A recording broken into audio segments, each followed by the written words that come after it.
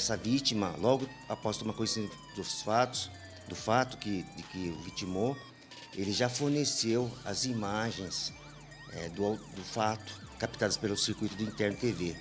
E isso ajudou bastante a Polícia Civil na identificação do autor e em sua prisão. Ele levou, na ocasião, na madrugada do dia 5, 7 pistolas e foram recuperadas 4.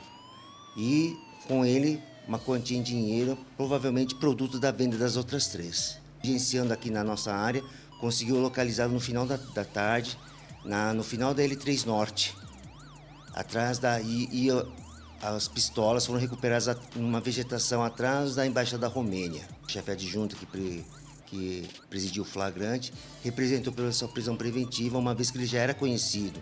Ele já era conhecido pela prática reiterada de pequenos furtos aqui na área. Sofrido com essa onda de pequenos furtos a comércio, principalmente, mas e outros crimes também. Mas o que tem incomodado realmente a população da Asa Norte são esses pequenos furtos a comércio, praticados em sua grande maioria por moradores em situação de rua.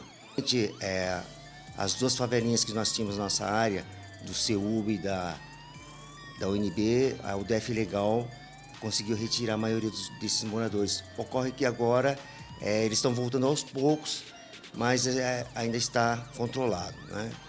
E os que acho que estão aqui na área estão agora tentando ficar embaixo aí da Ponte do Bragueiro, que já é uma invasãozinha que também está começando a crescer, mas a nossa equipe tem feito incursões diuturnas no local para tentar inibir a aglomeração de moradores ali.